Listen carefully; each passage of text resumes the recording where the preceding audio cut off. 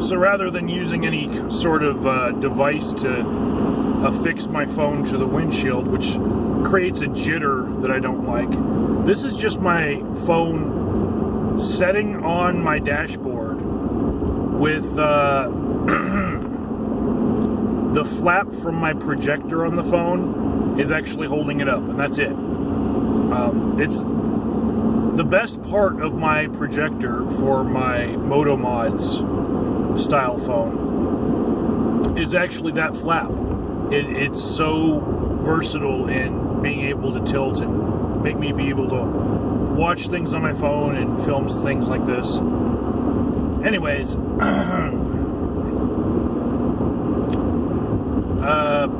just trying to keep up with making a video every day.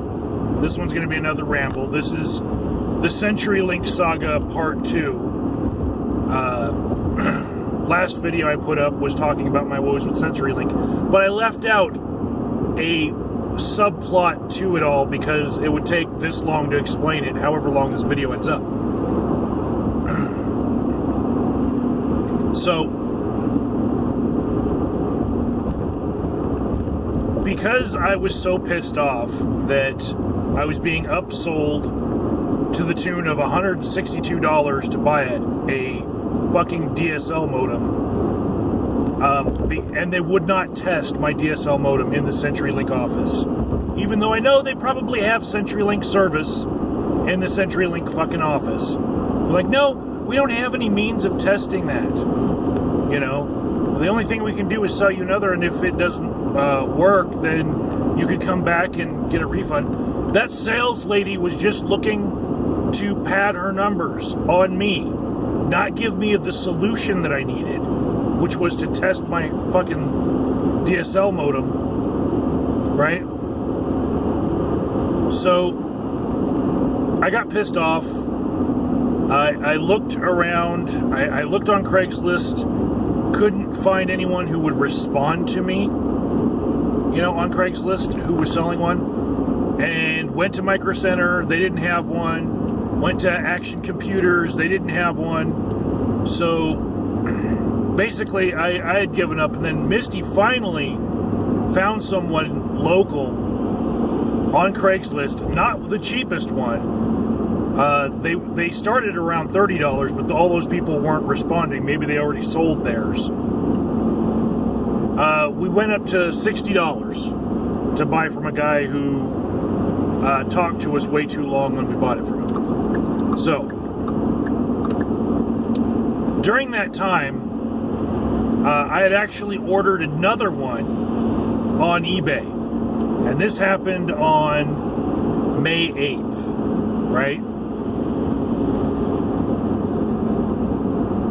On May 9th, a tracking number was created for the purchase, and a shipping label was printed out. That much eBay could tell me.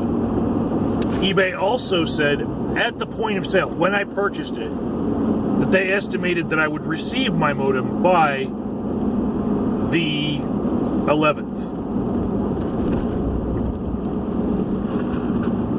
Come the 11th, I click on the tracking number to see where my modem's at, and all it could tell me was that on the 9th, a printed shipping label was produced. But the U.S. Postal Service, which was going to be the carrier for this transaction, they said that they could not tell me that it was ever given to a post office. Just because the shipping label's printed out doesn't mean that they turned it in. There was no tracking beyond just him printing it out. And I was like, well, maybe it's a day late, you know? So the next day was Saturday. And I'm like, okay, where the fuck is my modem? You know? I'm really, at this point, I'm like 10 days in to my internet withdrawal, just working off of tethering my phone to my computer and just going off my phone, right? And getting really pissed off.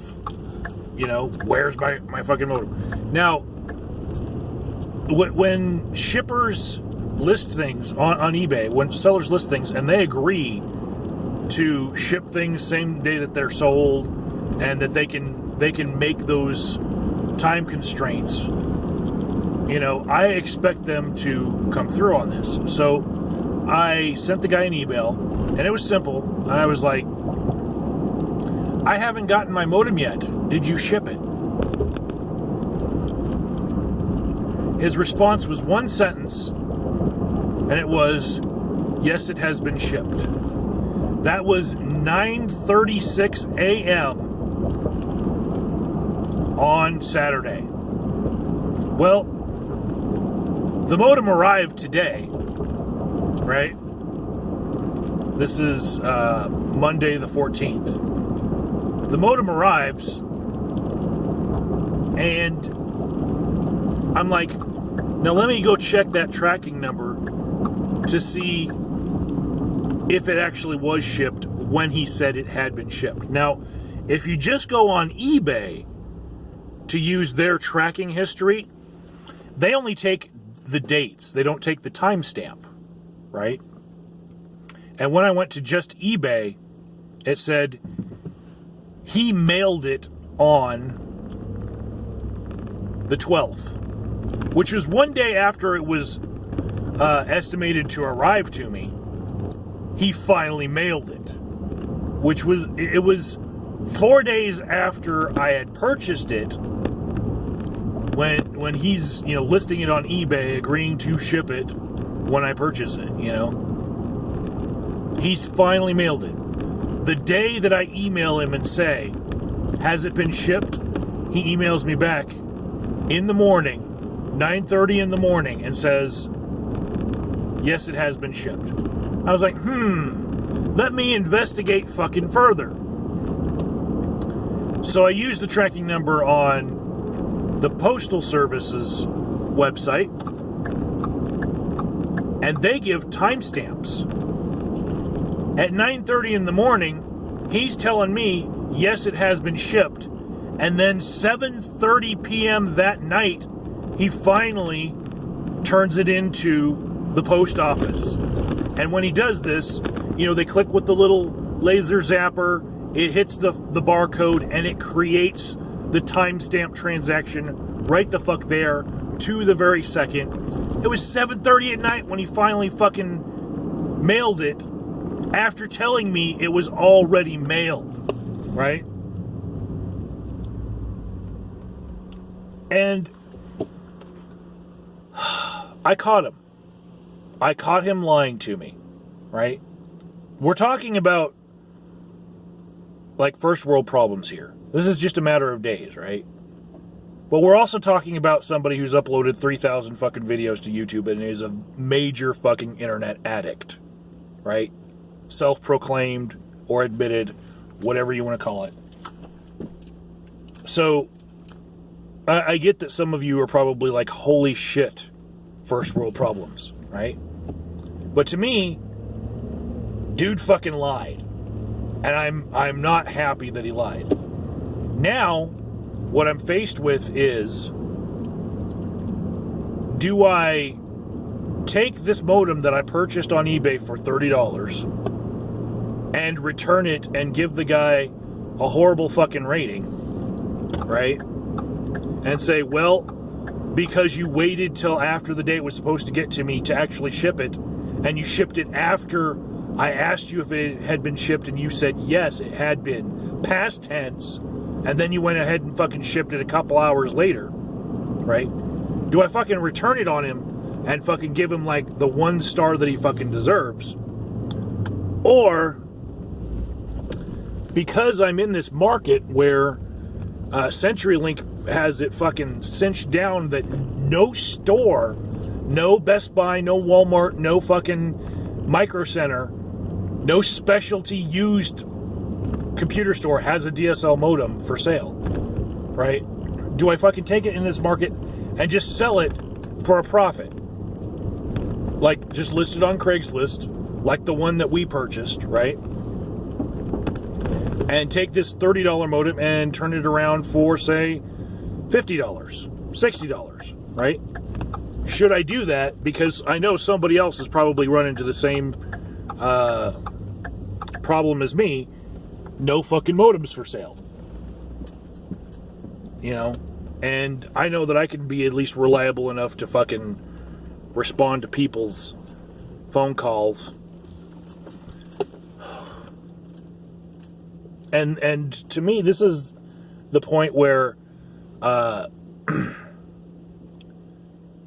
you can tell when your anger has turned to evil.